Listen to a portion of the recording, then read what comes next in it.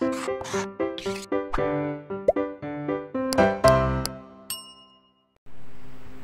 Morning students, blueprint digital में आपका स्वागत है बच्चों मैं आपका फिजिक्स टीचर अनु शर्मा। स्टूडेंट, जैसा कि आप लोग जानते हैं कि पिछली क्लास में हमने जो है धारा घनत्व के बारे में पढ़ लिया था, इलेक्ट्रॉन के अनुगमन वेग के बारे में पढ़ लिया था और बच्चों हमने प्रतिरोध प्रतिरोधकता पे ताप का प्रभाव भी देख लिया था। ठीक है स्टूडेंट। उसके बाद बच्चों हमने बहुत सारी चीज़ ऐसी देखी थी कि ओमीय अनोमीय प्रतिरोध भी देखे थे।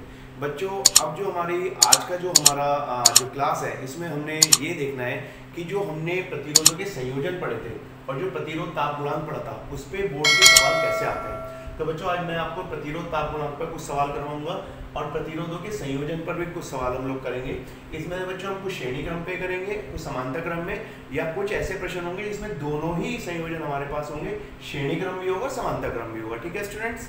तो स्टूडेंट्स सबसे पहले मैं आपको एक एनसीईआरटी का क्वेश्चन कराता हूँ स्टूडेंट, और इसमें बहुत सारी चीज़ ऐसी हैं कि आपको इससे बहुत फायदा मिलेगा कि हम कैसे प्रतिरोध ताप गुणांक के प्रश्न करेंगे। तो बच्चों इसमें आप देखें कि एक विद्युत टोस्टर हमें दिया हुआ है और हम जानते हैं बेटा, हमने पढ़ा था जितनी भी हीटिंग डिवाइस होती है उसमें नाइक्रोम वायर यूज होती है। तो इसमें एक नाइक्रोम वायर है और इस नाइक्रोम वायर का जो प्रयोग किया गया है बेटा, उसमें स्टार्टिंग में बहुत छोटी सी करंट प्रोवाइड करते हैं, नगण्य, लेकिन बहुत ना के बराबर। ठीक है। तो उसकी वजह से कि उसका तो बहुत ताप होगा नहीं, क्योंकि छोटी सी करंट है, ज्यादा करंट का अमाउंट नहीं है। तो उसमें दिया हुआ है बेटा जो कक्ष ताप, जिसे हम रूम टेम्परेचर भी बोलते हैं, 27 डिग्री सेल्सियस पर उस जो नाइक्रोम वायर है बेटा उसका प्रतिरोध मिलता है 75.3 ओम। ठीक है बच्चों, यहाँ तक आप समझ लो कि उसका जो हमें प्रतिरोध मिलता है 75.3 ओम है। ये हमारा बच्चों इनिशियल रेजिस्टेंस कहलाएगा, प्रारंभिक प्रतिरोध, और जो हमारा प्रारंभिक ताप है वो क्या कहलाएगा 27 डिग्री। बच्चों उसके बाद जो इसमें दिया हुआ है वो अब आपको थोड़ा ध्यान से देना है। अब उसमें करंट देखें जरा, जब उस टोस्टर को बेटा 230 वोल्ट आपूर्ति संयोजित करते हैं, इसका मतलब क्या है, अब उस पे जो विद्युत स्रोत है बच्चों 230 वोल्ट का लगा दिया गया। तो जब 230 वोल्ट का उस पे जब हम प्रतिरोध वोल्टेज लगाएंगे तो बच्चों उसमें जो धारा है वो बढ़ जाएगी। तो बच्चों उसमें दिया हुआ है हमें कि जो धारा है परिपथ में वो इतनी हो जाती है 2.68 एम्पियर। तो आप देखते हैं धारा का मान बढ़ गया और ये फिर कांस्टेंट धारा इसमें प्रवाहित होने लगती है। अब बच्चों यहाँ पे सोचने वाली बात है कि अगर धारा बढ़ेगी तो प्रतिरोध भी कुछ ना कुछ बढ़ेगा। तो बच्चों वो जो प्रतिरोध हमें दिया हुआ है वो प्रतिरोध हमें नहीं दिया हुआ कि प्रतिरोध कितना बढ़ा, लेकिन बढ़ा तो होगा। और हमसे पूछा जाए कि उस धारा के मान में, क्योंकि प्रतिरोध बढ़ा हुआ तो उससे ताप भी बढ़ा होगा, कि उस धारा के बढ़ने से 2.6 एम्पियर की करंट से नाइक्रोम का जो ताप है वो कितना हुआ होगा। यहाँ पे एक मैं बता दूं, स्थायी से आप परेशान मत हो ना। स्थायी ताप का मतलब ये है कि करंट कांस्टेंट चल रही है, उस कांस्टेंट करंट की वजह से जो प्रतिरोध बढ़ा होगा और हम कह सकते हैं ताप बढ़ा होगा, वो स्थायी ताप हमें बताना है, यानी T2 बताना है हमें। ठीक है बच्चों, और इसको हम फॉर्मूले से करेंगे। सबसे पहले तो फॉर्मूला देखते हैं बच्चों। हमने प्रतिरोध ताप गुणांक का फॉर्मूला देखा था कि हम किस तरह से उसको लिखते हैं, तो आइए वो चेक करते हैं हम लोग। तो स्टूडेंट्स अब हम एक बार देख लें कि हमें क्या क्या गिवन था बेटा। सबसे पहले हमें रूम टेम्परेचर जो हमारे पास तापमान था उस नाइक्रोम का, उस पर हमें प्रतिरोध गिवन था 75.3 ओम। ठीक है बच्चों, तो ये बच्चों हमारा इनिशियल टेम्परेचर का काम करेगा और ये हमारा प्रारंभिक प्रतिरोध हो गया। ठीक है। अब बच्चों जब उसे 230 की वोल्टेज से लगाया गया तो उसकी करंट बढ़ गई। अब देखते हैं 2.68 ओम, जिसकी वजह से बेटे करंट का जो विद्युत धारा का तापीय प्रभाव होगा उससे ताप बढ़ा होगा, जिससे उसका प्रतिरोध बढ़ा होगा। तो बच्चों हमें ना प्रतिरोध दिया हुआ है ना ताप दिया हुआ है। ठीक है। तो सबसे पहले बच्चों हम ये देखते हैं कि अगर हमें ताप निकालना होता है तो हमें क्या फॉर्मूला होता है हमारे पास। तो आपको पता है हमने एक फॉर्मूला पढ़ा था कि जो प्रतिरोध होता है बच्चों, जो चालक होते हैं किसी भी ताप पर, RT बराबर होता है R0 1 + अल्फा T। ये आप जानते हैं बच्चों। ये T होता है तापांतर, जिसे मैं आपको बता सकता हूँ ये तापांतर होता है। तो बेसिकली T को हम लिख सकते हैं जो अंतिम तापमान है हमारे पास माइनस प्रारंभिक तापमान, इस तरीके से। अब बच्चों बात ये आती है कि RT R0 क्या है। तो बच्चों R0 वहाँ पे 0 डिग्री सेल्सियस प्रतिरोध होता था, पर इस बार हमारे 0 डिग्री पे कोई बात नहीं करी हुई। तो हम R0 की जगह हम बात करेंगे R1 की। तो R0 की जगह बेटा हम लेंगे R1।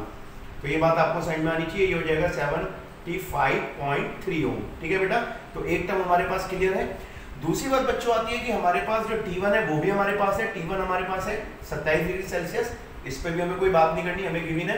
तो बच्चों R0 की जगह हमने ये रख लिया। और RT क्या होगा बच्चों, RT जो करंट बढ़ी, जब 2.68 करंट बढ़ाई गई तो जो तापमान T2 हुआ उस टेम्परेचर पे जो प्रतिरोध है तो RT की जगह आएगा बेटा R2। ठीक है।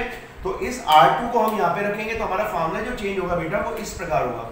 इस फॉर्मूले को अपनी सुविधा के लिए हम लिख सकते हैं R2 बराबर R1 1 प्लस अल्फा, और बच्चों अगर हम यहाँ पे थोड़ा सा ब्रैकेट बड़ा लगा दें तो हम लिख सकते हैं यहाँ पे T2 माइनस T1, इस प्रकार से लिख सकते हैं स्टूडेंट, ये आप देख रहे हो। तो बच्चों अब हमारे पास प्रॉब्लम क्या है, अगर हम प्रॉब्लम देखें तो हमें यहाँ पे चाहिए T2, तो यानी हमें इस टर्म को अलग करना है। आप अगर देखें तो हमें इस टर्म को थोड़ा अलग करना पड़ेगा। तो इस टर्म को हम कैसे अलग करेंगे, तो हम क्या करते हैं बेटा, R2 इसमें मल्टीप्लाई करते हैं अंदर R1 अल्फा और T2 माइनस T1, ठीक है बेटा, मल्टीप्लाई हो गई। अब हम इस टर्म को पहले अलग रखते हैं और R1 को इधर ले जाते हैं, तो ये हमारे पास हो गया R1 alpha T2 minus T1, और ये R1 बच्चों जब इधर जाएगा तो यहाँ पे हमारे पास हो जाएगा R2 माइनस R1। तो ये हमारे पास थोड़ा सा सॉल्व हुआ, लेकिन हमें तो बच्चों T2 चाहिए, तो हम इस टर्म को सेपरेट करेंगे, बाकी सब एक तरफ। तो हम कहेंगे बच्चों T2 माइनस T1 बराबर R2 माइनस R1, इस प्रकार हो गया बच्चों। और नीचे क्या आ जाएगा बच्चों, R1 आ जाएगा और अल्फा आ जाएगा, इस प्रकार आप देख सकते हैं। तो बच्चों हमारा जो मेन मुद्दा है वो क्या रहा, आप देखिए, हमें T2 निकालना है। सबसे पहली बात तो आप ये देखो, T2 निकालना है, T1 हमारे पास है, इसका मान तो हम बाद में रख देंगे। बात याद है हमारे पास R1 है और अल्फा भी है, क्योंकि अल्फा की वैल्यू हमें गिवन है बच्चों, अल्फा की वैल्यू है 1.70 10 टू द पावर -4 पर डिग्री सेल्सियस।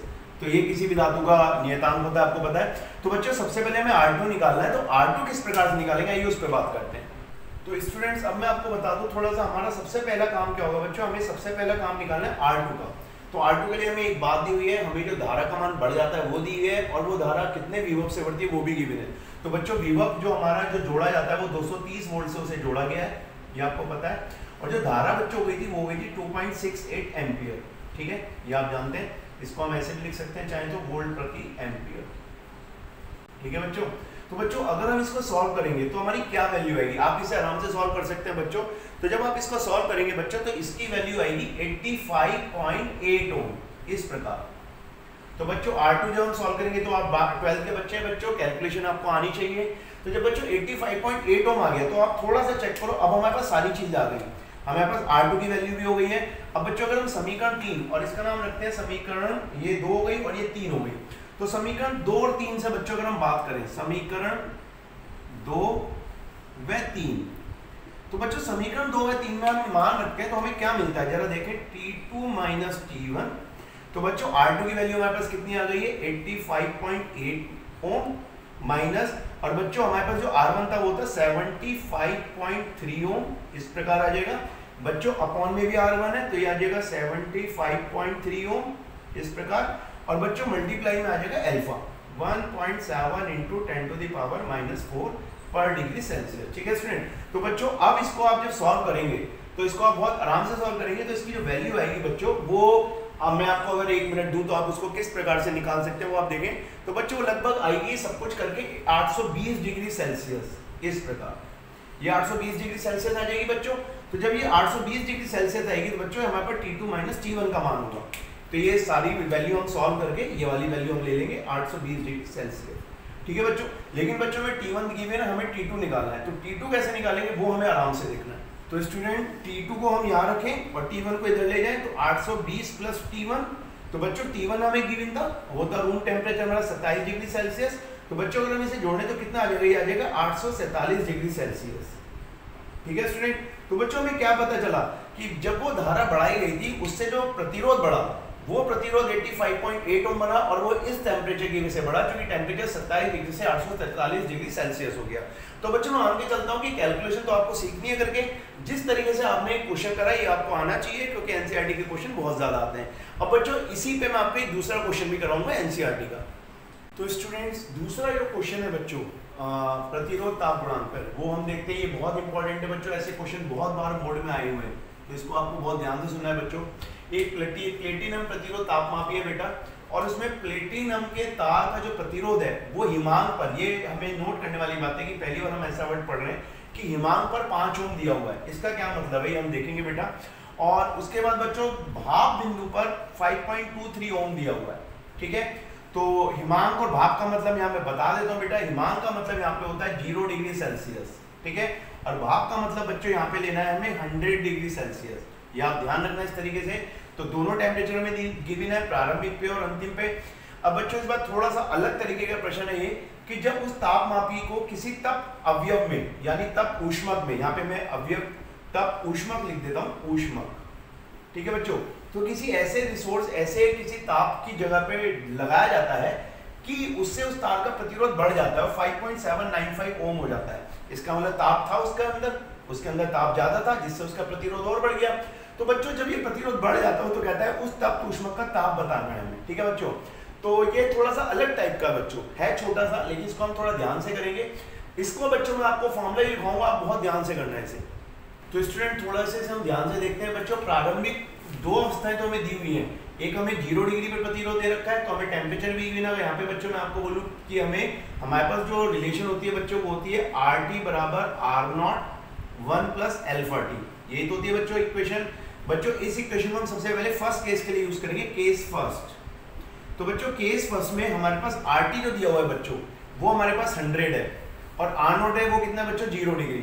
तो हम यहाँ पे लिखेंगे R100 बराबर R0 डिग्री है हमारे पास 1 प्लस अल्फा, क्योंकि T यहाँ पे 100 का काम कर रहा है बच्चों, तो यहाँ पे हम कितना लिखेंगे 100। इस प्रकार से लिख सकते हैं स्टूडेंट।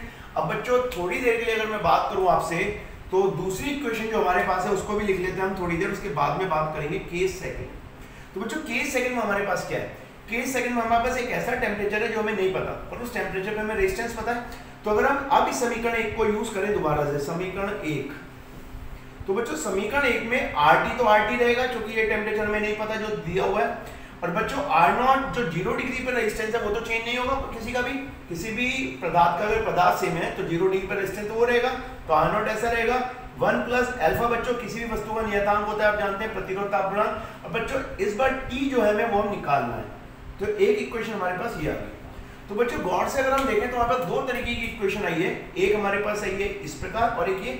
बच्चों इसमें क्या करना क्या है, आप गौर से देखें तो हमें ये T चाहिए, इस बार हमें ये T निकालना है। ये T कैसे आएगा? इसमें गौर देने वाली बात यह है बच्चों, दोनों समीकरण में अल्फा का मान सेम होगा, क्योंकि अल्फा एक ही वस्तु है, प्लेटिनम का तार है, तो अल्फा दोनों का सेम होगा। तो बच्चों हम पहली समीकरण से अगर अल्फा निकाल दें और दूसरी समीकरण से अल्फा निकाल के दोनों को बराबर रख दें, तो इसको थोड़ा ध्यान से देखते हैं बच्चों। समीकरण 2 से मैं आपको बच्चों, आप डायरेक्ट जो लास्ट में फॉर्मूला आएगा उसे भी याद रख सकते हैं, नहीं तो मैं आपको निकालना सिखा रहा हूँ कैसे निकालेंगे। तो यहाँ से जो बच्चों आएगा हम इसे लिख सकते हैं R100 minus R0 is equal to आ जाएगा R0 अल्फा इंटू 100। ये मैंने इसकी मल्टीप्लाई कर दी और R0 को इधर ले आया। अब बच्चों हमें अल्फा चाहिए, तो अल्फा कितना हो जाएगा यहाँ से R100 minus R0 upon R0 और इंटू 100। इस प्रकार आ जाएगा बच्चों, इसे इक्वेशन ए मान लो। इसी प्रकार से बच्चों मैं अल्फा की वैल्यू समीकरण 3 से निकालना चाहता हूँ। तो समीकरण 3 से जब बच्चों मैं वैल्यू निकालूंगा तो इस प्रकार आप देखें, समीकरण 3 से, समीकरण 3। तो बच्चों समीकरण 3 से मैं कैसे निकालूंगा आप देखें, जब मैं R0 की मल्टीप्लाई इसमें करूंगा तो इसमें भी होगी इसमें भी होगी, तो ये R0 इधर आ जाएगा, तो मैं कहूंगा RT minus R0 is equal to R0 alpha into T। ये बात आपको क्लियर है बच्चों? यहां से भी अगर मैं अल्फा निकालूं तो अल्फा हो जाएगा RT minus R0 upon R0 into T, और इस इक्वेशन को मैं B मान लेता हूं। तो बच्चों आप अगर देखो दो तरीके की इक्वेशन हमारे पास आ गई है और दोनों अल्फा की फॉर्म में आई है, और अल्फा होता है बच्चों प्रतिरोध ताप गुणांक। तो इसका मतलब ये है बच्चों जो अल्फा है वो दोनों का सेम रहेगा, तो हम समीकरण 1 और B को दोनों को बराबर रख देते हैं। तो समीकरण A व B, ठीक है स्टूडेंट? तो बच्चों यहां से जो हम फॉर्मूला लेने वाले हैं ध्यान से देखना, अगर मैं दोनों को बराबर रख दूं तो ये मेरे पास आएगा RT minus R0 upon R0 into T, और ये बराबर किसको होगा बच्चों? R100 minus R0 upon R0 into 100। ठीक है बच्चों? बच्चों आप गौर करके एक बात सुनो, R0 से R0 कैंसिल आउट कर सकते हैं हम लोग, और हमें निकालना क्या है बच्चों? हमें यहाँ पे निकालना है T, हमें तो टेम्परेचर चाहिए। तो अगर हम बच्चों इसकी क्रॉस मल्टीप्लाई कर दें यानी कैची गुणा कर दें तो हमें क्या मिलेगा यहाँ पे? तो बच्चों यहाँ पे अगर हम गौर से देखें तो T हम अगर इधर ले जाएं तो हमारे पास T आएगा बच्चों इस प्रकार, ये आ जाएगा बच्चों RT माइनस R0, क्योंकि T इधर जाएगा ये इस तरह रहेगा, इंटू 100। ठीक है स्टूडेंट?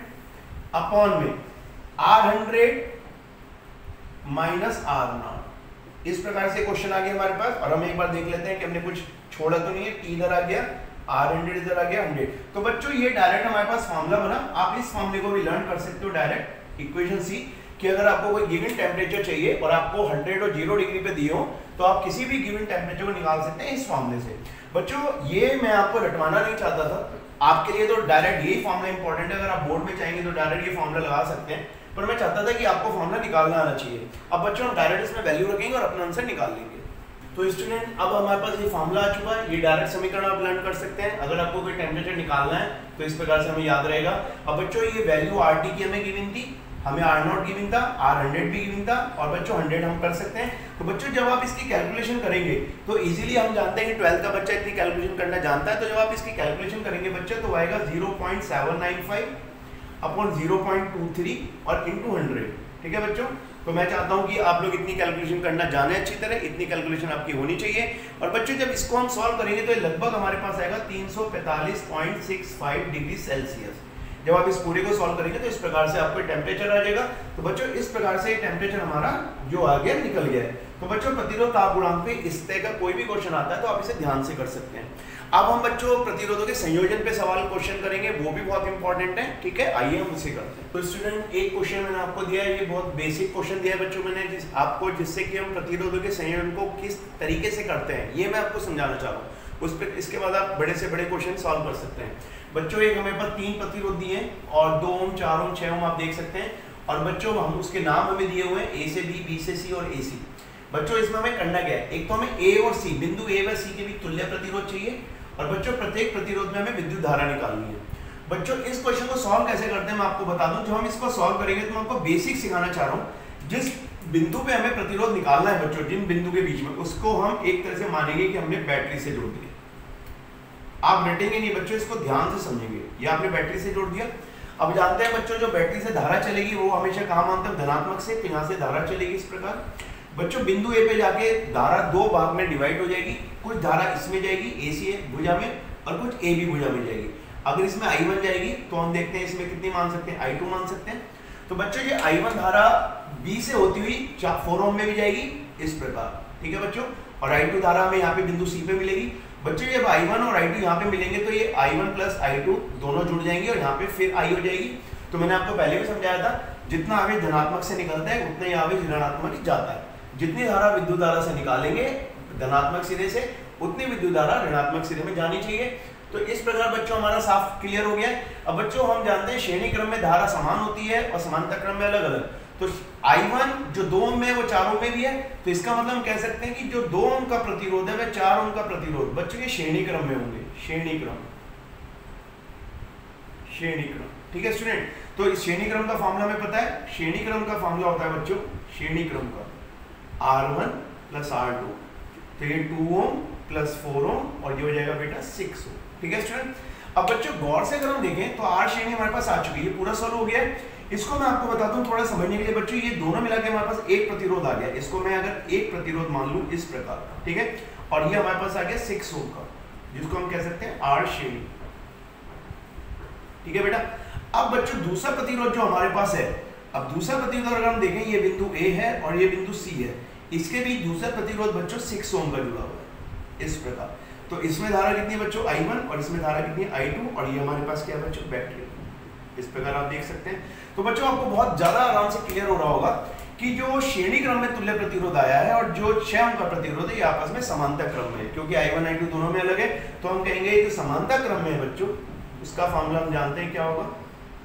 जो R श्रेणी में आया है हमारा, R श्रेणी क्रम में प्लस जो इसकी वैल्यू है हमारे पास 6 ओम। तो बच्चों R श्रेणी क्रम में हमारे पास कितना आया, 6 ओम, और ये 6 ओम है तो ये कितना हो गया, 2/6, 2/6। तो ये अगर हम काटेंगे तो कितना हो जाएगा बच्चों, 1/3। तो बच्चों में R की वैल्यू अगर चाहिए तो R समांतर कितना हो जाएगा यहाँ से बच्चों, R समांतर हो जाएगा 3 ओम।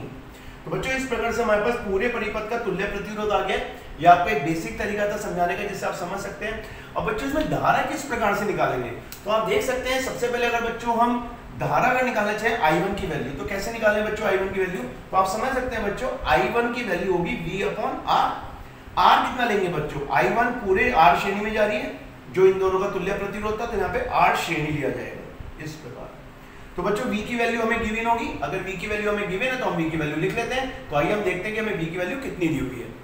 तो बच्चों इसमें जो हमें बैटरी की वोल्टेज दी है, जो हमें विभवांतर दिया है वो हमें 6 वोल्ट का दिया है। तो बच्चों इसको हम अगर ऊपर की तरफ करें तो हम इसको कैसे करेंगे, यहाँ पे हम देखते हैं इस प्रकार। इसको अगर हम यहाँ पे करके देखें तो I1 बराबर 6 वोल्ट आ जाएगा बेटा, ये आप देख सकते हैं। और जो टोटल हमारे पास आर श्रेणी की वैल्यू आई थी बच्चों 6 आई थी, ये आप देख सकते हैं। तो बच्चों अगर हम देखें तो 6 और 6 यहाँ पे कितना हो गया बेटा, यहाँ पे हो गया हमारे पास 1 एम्पियर, इस प्रकार से, ये आप देख सकते हैं स्टूडेंट। और बच्चों इस प्रकार से अगर हम दूसरी वैल्यू भी देखें तो दूसरी वैल्यू हमारे पास कितनी थी, I2।